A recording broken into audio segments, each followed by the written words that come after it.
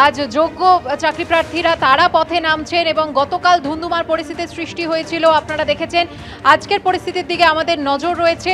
মেহবুব মণ্ডল, আন্দোলনকারী যোগ্য শিক্ষক, তার সঙ্গেও আমরা কথা বলেছিলাম। তিনি কি জানিয়েছেন দেখুন।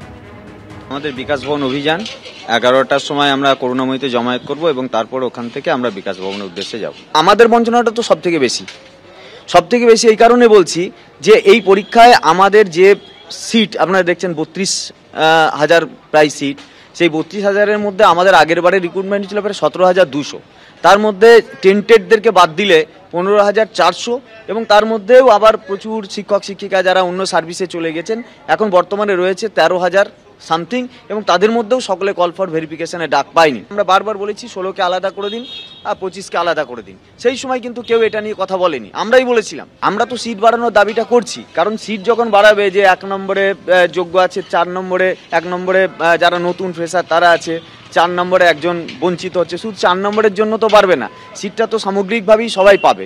তো আমরা তো সিট বাড়ানোর সিদ্ধান্তটাকেই ওয়েলকাম করতে চাইছি এবং আমরা দাবিও তো সেটাই করছি, আগামীকালের দাবিও আমাদের সেটাই থাকবে। এই মুহূর্তে ঠিক কি ছবি আরো একবার আপনাদের সামনে তুলে ধরবো, চলে যাবো আমাদের প্রতিনিধি ঐশী মুখোপাধ্যায়ের কাছে। ঐশী, যেমনটা তুমি জানাচ্ছিলে,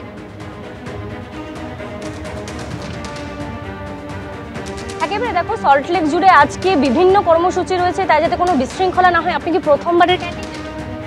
হ্যাঁ, প্রথমবার বলতে না 2016। কি বলবো, আমাদের এখন ভাগ্যের পরিহাস, তাছাড়া তো আমরা কিছু কাউকে দোষ দিতেও পারি না, আমরা কিছু করতেও পারি না বর্তমানে যে পরিস্থিতি, তো এখন এটাকে মেনে নিতেই হচ্ছে। আপনাদের মধ্যে অনেকেই আছেন যারা এই পুনরায় ডাকও পাননি, তাদের জন্য অবশ্যই আমরা চাইবো সবাই যেন ডাক পায়। আমরা যারা ছিলাম সহকর্মী, আমারই সহকর্মী 2জন ডাক পায়নি, তো তাদের জন্য তো অবশ্যই খারাপ লাগছে। নতুনদের দাবি আপনারা কেন গ্রেস মার্কস পান? ওরা গ্রেস মার্ক ওরা দাবি করতে পারে, ওরা অনেক দিন ধরে বঞ্চিত। পাশাপাশি আমাদের দিকটাও ভাবতে হবে যে আমরা যে 2016 সালে আমরাও তো পরিশ্রম করে অনেক দিন বঞ্চিত থাকার পরেও আমরা 2016-তে পেয়েছিলাম, তারপরে আবার আমাদেরকে 7 বছর পরে আবার বাদ দেওয়া হলো, তো এখানে আমরাও তো বঞ্চিত। সিট সংখ্যা বাড়ানো উচিত বলে মনে হয়? অবশ্যই সিট সংখ্যা বাড়িয়ে আমার মনে হয় যারা 2016-তে ছিল তাদেরকে বহাল রেখে আবার নতুনদেরকেও সুযোগ দেওয়া উচিত, এই বলে। আজকে জোড়া কর্মসূচি রয়েছে, পুরনো নতুন উভয়। একদম, এটা জানি, হ্যাঁ এটুকু জানি। এতে বলার আমাদের কিছু নেই, আমাদের দিক থেকেও আছে, আমরাও থাকবো, ওরাও থাকবে। দাবি তো সবারই দরকার না, সার্ভিস তো সবারই দরকার। আমারও যেমন নিজেদের দাবি, সেই দাবিতে তারা থাকতে চান এবং এই যে ওএমআর শিট নিয়ে তারা দাবি তুলছেন যে সকলের ওএমআর সম্মুখে আসা উচিত। এটা তো আগে যদি হয়ে যায় তাহলে তো আমাদের এই সমস্যায় আমাদেরকে পড়তেই হতো না। ওএমআর যদি সকলের সম্মুখে চলেই আসতো। কিসের ওএমআরও চাইছেন তারা যে সকলের ওএমআর পাবলিশ করা হোক? হ্যাঁ আসুক, অবশ্যই আসুক, আসলেই ভালো, তাহলে আমাদের স্বচ্ছতা থাকবে। আমাদের আর ভয়, যে ভবিষ্যৎ যে ভয়টা থাকছে, আবার হয়তো আমাদেরকে আটকানোর চেষ্টা করা হবে বা আমাদেরকে বাদ দেওয়া হবে। আমাদেরও তো ভবিষ্যৎ আছে, আমাদের পরিবার রয়েছে, আমার ফ্যামিলি রয়েছে, আমার ছোটো বাচ্চা 3.5 বছরের আছে, তাকে রেখে আমি পড়াশোনা করেছি। তো সেখানে আমরা চাইবো যে ফ্রেশভাবে, স্বচ্ছভাবে সব কিছু হোক। প্রত্যেকেই কিন্তু ট্রান্সপারেন্সি মেনটেইনড হোক, এটা কিন্তু চাইছেন, কারণ এর আগেও তুমি দেখেছো যে এসএসসি পরীক্ষার পরে কিন্তু যে ওএমআর শিট সেটা কিন্তু নিজেরাই তারা সঙ্গে করে আনতে পেরেছিলেন, সেটার কার্বন কপি। এর সঙ্গে কিন্তু তাদের এখন দাবি যে প্রত্যেকের ওএমআর শিট প্রকাশ করা হোক, ট্রান্সপারেন্সি মেনটেইন থাকুক। নতুন যারা তারাও কিন্তু ভিতরে প্রবেশ করছেন, যারা পুরনো তারাও কিন্তু আসছেন এবং বলছেন যে তাদের যে সমস্ত দাবিগুলো সেগুলো যৌক্তিক। সিট সংখ্যা বৃদ্ধি করা হোক, তাহলে কিন্তু প্রত্যেকেই যে চাকরি, সেই চাকরিটা পাবেন। চাকরি দরকার, 9 বছর এসএসসি হয়নি, 2016 সালের প্যানেল ক্যান্সেল হয়ে গিয়েছে, তাই বিপুল সংখ্যক যে বেকারত্ব, সেই বেকারত্ব ঘুচিয়ে যাতে তারা চাকরি পান। এবং সে কারণেই কিন্তু দেখতে পাচ্ছ যে প্রত্যেকে এই দাবির সঙ্গে সহমত জানিয়ে কিন্তু আজকে ভেরিফিকেশনে কিন্তু অংশগ্রহণ করছে। একদমই, একদিকে ভেরিফিকেশন প্রক্রিয়া চলছে, সেদিকে যেমন আমাদের নজর থাকবে, পাশাপাশি এই ভেরিফিকেশনেই ডাক পাননি যোগ্য চাকরিহারা শিক্ষকরা, তাদের কর্মসূচি, সেদিকেও নজর থাকবে। আপাতত ঐশী, ধন্যবাদ। অন্যদিকে গতকালকের ছবিটা যদি আপনাদের সামনে আরো একবার রাখি, চাকরির দাবিতে নতুন যারা চাকরি প্রার্থী তাদের বিক্ষোভে গতকাল দফায় দফায় উত্তপ্ত হয়ে ওঠে সল্টলেক। চাকরি প্রার্থীদের পুলিশ তাদের সেই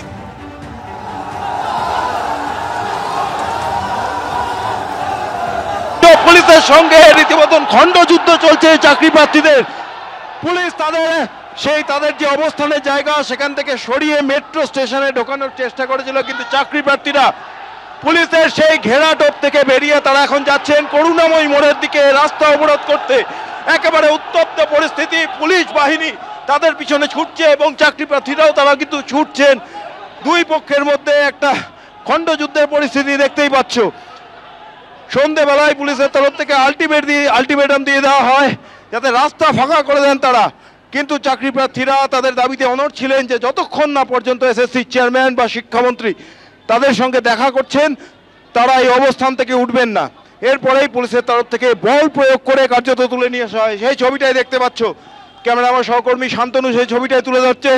কার্যত ধাক্কা মারতে মারতে এই চাকরি প্রার্থীদের শিক্ষক পদের জন্য যারা চাকরি পরীক্ষা দিয়েছিলেন এবং যারা অনেকেই দাবি করছেন যে যারা ইন্টারভিউতে ডাক পেয়েছেন তাদের থেকে তারা যোগ্য, কারণ তারা পূর্ণ নম্বর পেয়েও ইন্টারভিউতে সুযোগ পাননি, সেই পরিস্থিতির জন্য তাদের এই আন্দোলন। এবং এই মুহূর্তে দেখতে পাচ্ছ পুলিশের সঙ্গে ধস্তাধস্তি, তারা আবার ব্যানার নিয়ে এখানে অবস্থান করতে যাচ্ছিলেন এবং তারপরেই পুলিশ কিন্তু এবার মারমুখী হয়ে উঠল। পুলিশ এবার একেবারে মারমুখী হয়ে উঠল পুলিশ। চাকরি প্রার্থীরা তারা আবার এখানে অবস্থান করতে গেলে পুলিশ মারমুখী হয়ে ওঠে। এর আগে টেনে হিঁচড়ে তাদেরকে রাস্তা থেকে তোলা হয়েছিল। আবারও খণ্ডযুদ্ধের পরিস্থিতি এখানে ক্যামেরাম্যান সহকর্মী শান্তনুকে দেখাতে বলছি, মারতে মারতে টেনে হিঁচড়ে কিন্তু এই চাকরি প্রার্থীদের নিয়ে যাওয়া হচ্ছে। এখানে মহিলাদের পর্যন্ত রাস্তার উপর থেকে টেনে হিঁচড়ে তোলা হয়। একেবারে উত্তপ্ত পরিস্থিতি দেখতে পাচ্ছ।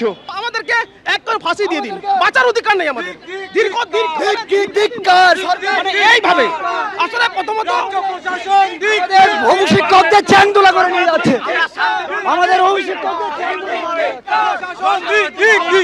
জোর করে তুলে দিচ্ছে। শান্তিপূর্ণভাবে আন্দোলন করতে চেয়েছিলাম কিন্তু আমাদের জোর করে তুলে দেওয়া হচ্ছে।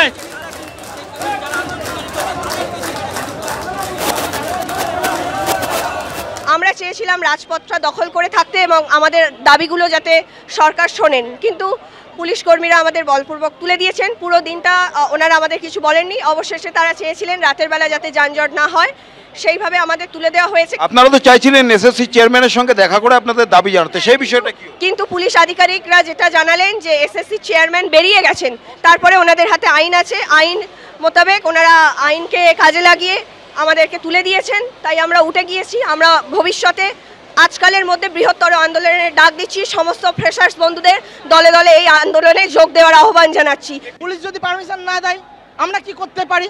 আমাদের তো পাওয়ার নাই, আমাদের ক্ষমতা নাই। আমরা হচ্ছে বেকার। ভারত আমাদের পশ্চিমবাংলার মানুষ বেকার, তাদের কোনো দিদিকে উপযুক্ত শাস্তি দিয়ে দেবো। শাস্তি হবে দাদা। শিক্ষিত বেকারদের মারের ভয় দেখাচ্ছে পুলিশ। এই পুলিশ মেরে তুলে দিতে চাইছে। পুলিশ তুমি গ্রাম ভোটে দিদি বুঝতে পারবে, ভোটে আমাদের যে এই মা এ করলো এর প্রভাব পড়বে দাদা। চাকরি পেতে চেয়েছিলাম, এটাই কি আমাদের অপরাধ এই রাজ্যে? এটাই কি আমাদের অপরাধ? আমরা শিক্ষিত বেকার, আজকে 10 বছরে এখানে কোনো পরীক্ষা নেই, সেই জায়গায় আমরা পরীক্ষা দিয়ে আমাদের দাবি প্রতিষ্ঠা করতে চেয়েছি। আর এই পুলিশ 2012 সাল থেকে বঞ্চনার শিকার আমি।